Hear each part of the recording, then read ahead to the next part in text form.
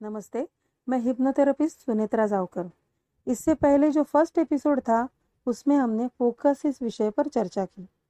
हमें मालूम होना चाहिए कि हमें कौन सी बात पर फोकस करना है, मतलब वैसा ही दृष्टिकोण हमें बनाना है, उस पर वर्क करना है। इसलिए आज का विषय है पर्सपेक्टिव, मतलब दृष्टिकोण। पर्सपेक्टिव यानी दृष्टिकोण की निर्मित करना और उस पर वर्क करना का मतलब जैसे दुनिया को देखने के लिए किसी क्लियर चश्मे की निर्मित करना। तो पर्सपेक्टिव की डेफिनेशन क्या है? अंग्रेजी definition: the ability to think in wise and reasonable way about problems and decision without exaggerating them. हमारी लाइफ में जो प्रॉब्लम्स होते हैं, जो डिसीजन हमें लेने होते हैं, उन पर सोचते वक्त बिना जल्दबाजी किए शून्य भूमिका से सोचने की क्षमता संजोए रखना, इसे कहते हैं दृष्टिकोण, पर्सपेक्टिव। इस विषय को स्पष्ट करने के लिए एक कहानी मैं आपको सुनाती हूँ जो कि सत्य घटना पर आधारित है। कुछ सालों पहले ये घटना हुई थी। एक बहुत बड़ा मुजरिम था, गुनहगार था, जिसे फांसी की सजा सुनाई गई थी। इस फांसी पर पूर्ण रूप से मुहर लग चुकी थी, उसकी फांसी की डेट तय हो चुकी थी। उस वक्त एक साइकोलॉजिस्ट था जिसे एक साइकोलॉजिकल एक्सपेरिमेंट करना था। इस एक्सपेरिमेंट के अंतिम स्वरूप में हो सकता था जिस व्यक्ति पर यह प्रयोग किया जाए उसे मौत आ जाए। इसलिए उसने ऐसा तय किया, यह प्रयोग किसी फांसी की सजा वाले मुजरिम पर किया जाए। उसने सरकार से कानूनी परमिशन ले ली और यह साइकोलॉजिस्ट उस जेल में जा पहुंचा जहां पे इस कैदी को रखा गया था। जेल के सभी लोगों को साइकोलॉजिस्ट ने ठीक से समझाया कि उन्हें इस प्रयोग की सहायता हेतु क्या क्या करना है। ये भी बताया कि फांसी वाले मुजरिम को क्या करना है। और फांसी की डेट आ गई। उस वक्त उस मुजरिम को एक बेड पर रखा गया। उसे ये समझाया गया कि वैसे भी तुम मौत का सामना करने वाले हो, तो जो प्रयोग मैं मानव कल्याण की भूमिका से करने जा रहा हूँ उसमें तुम पूर्ण रूप से सहकार्य करो। कैदी जानता था कि अभी उसकी मौत तय है, तो क्यों ना इन्हें सपोर्ट किया जाए, तो उसने हाँ कह दिया। उसके पास अन्य कोई ऑप्शन भी नहीं था। तो ऐसा किया गया कि उसके शरीर में एक सलाइन लगाया गया और उस पर एक पाइप जोड़ा हुआ था जो दूसरी जगह पर बर्तन में छोड़ दिया था। बर्तन में छोड़ दिया गया था।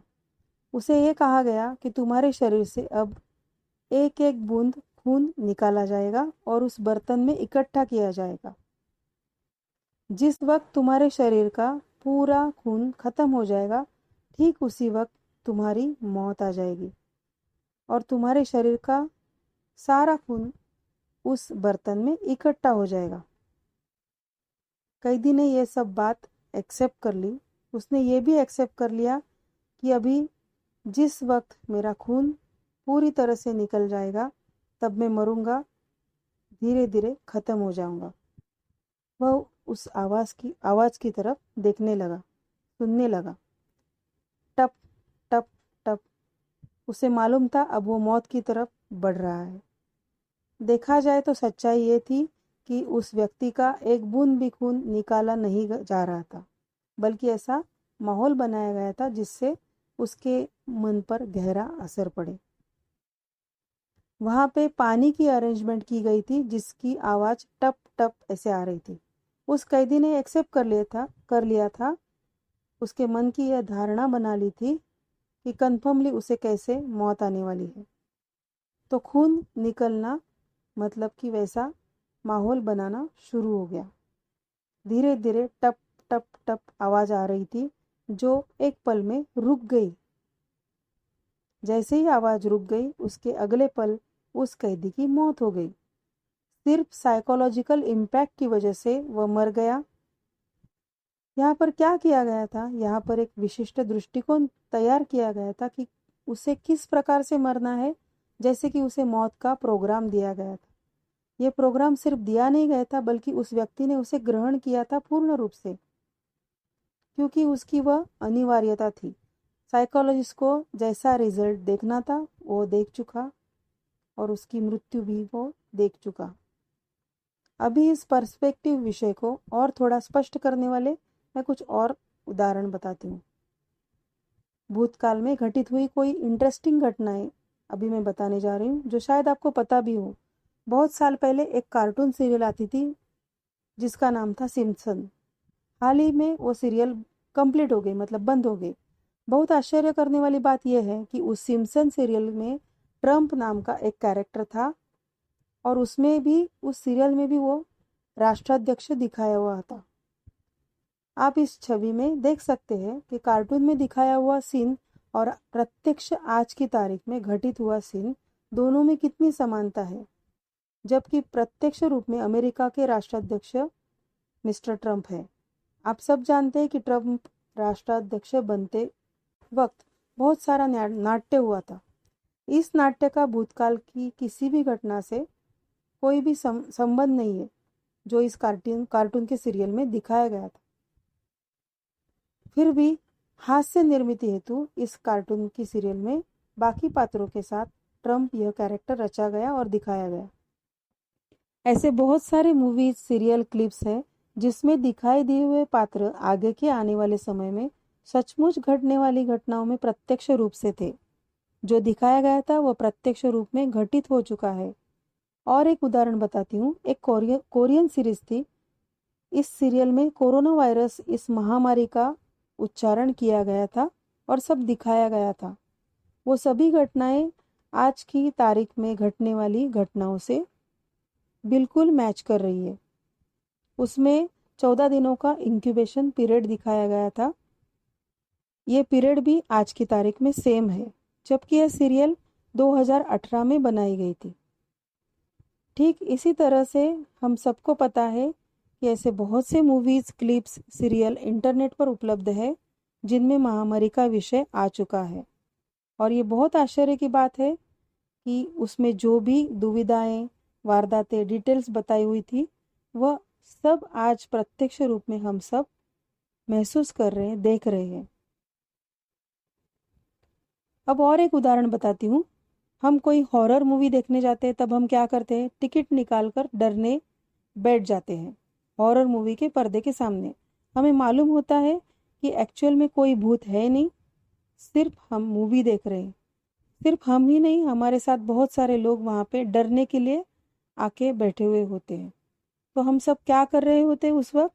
व्यक्तिगत रूप से एक डरावना दृष्टिकोण तैयार करते हैं और उसे निभाते हैं व्यक्तिगत रूप से ही। उनमें से बहुत से लोग ऐसे भी होते हैं जिन्हें भूत क्या होता है ये भी मालूम नहीं होता, फिर भी जाकर बैठते हैं और सोचते हैं कि अभी भूत आएगा और हमें खा जाएगा। यह तो हुआ व्यक्तिगत रूप से बनाया हुआ दृष्टिकोण। तो यह सब ऐसे व्यक्तिगत तौर पर घटित हो रहा है।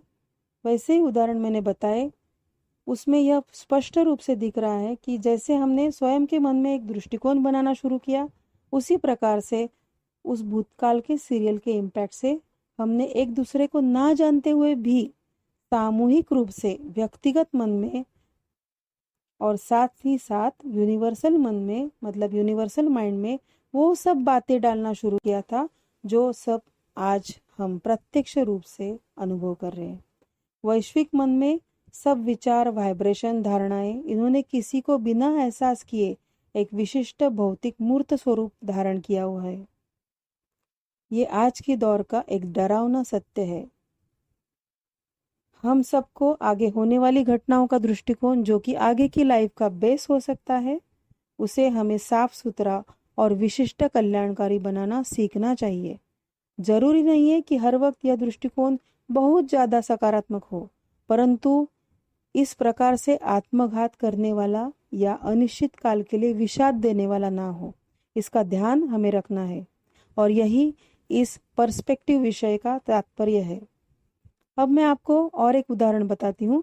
जिस वक्त मैं सम्मोहन उपचार करती हूँ, हिप्नोटिज्म करती हूँ, उस वक्त जिस व्यक्ति पर सम्मोहन किया जा रहा है, उस व्यक्ति के अवचेतन मन में जिन सूचनाओं को पहुँचाना है और उन्हें वहाँ पर बीजारोपण करना है, उस उद्देश्य की पूर्ति हेतु मुझे स्वयं को एक विशिष्ट दृष्टिकोण विकसित करना होता है। एक सकारात्मक और ध्येय अनुगामी दृष्टिकोण मुझे अंदर रखना होता है। इस दृष्टिकोण का शक्तिशाली होना अनिवार्य है, क्योंकि यह दृष्टिकोण जितना शक्तिशाली होगा उतना ही उस व्यक्ति के अंदर वह इम्प्रिंट हो जाएगा। और उस व्यक्ति को उसके सकारात्मक रिजल्ट्स उसकी भौतिक लाइफ में मिल जाएंगे, निश्चित रूप से ही मिल जाएंगे। उसकी समस्याएं सॉल्व हो जाएंगी। इस वक्त अगर दृष्टिकोण डिज़ाइन करते वक्त मैं गलती कर जाऊं तो यह उपचार सफल होना मुश्किल हो सकता है और रिजल्ट भी 100% नहीं मिलेंगे। तो दृष्टिकोण रखते वक्त हमें क्लियर और आत्मविश्वास पूर्ण होना अनिवार्य है। मुझे लगता है यहाँ तक ये विषय आप बहुत अच्छी तरह से समझ चुके हैं। आने वाले एपिसोड में भी आप ऐसी ही कुछ इंटरेस्टिंग बातें सुनेंगे, जैसे कि मैंने अभी जिक्र किया सम्मोहन उपचार का, उससे संबंधित बातें भी आगे आने वाले एपिसोड में आप सुनेंगे। आपको आज का ये विषय कैसा लगा मुझे प्रतिक्रिया में ज़रूर बताइए। लास्ट में इतना ही कहना चाहूँगी कि एक कंस्ट्रक्टिव दृष्टिकोण स्वयं में विकसित करके और हमें किसी भी दायरे में स्वयं को बंद ना करते हुए, यह दृष्टिकोण सुधारते हुए हम प्रगति पथ पर गतिमान रह सकते हैं। धन्यवाद।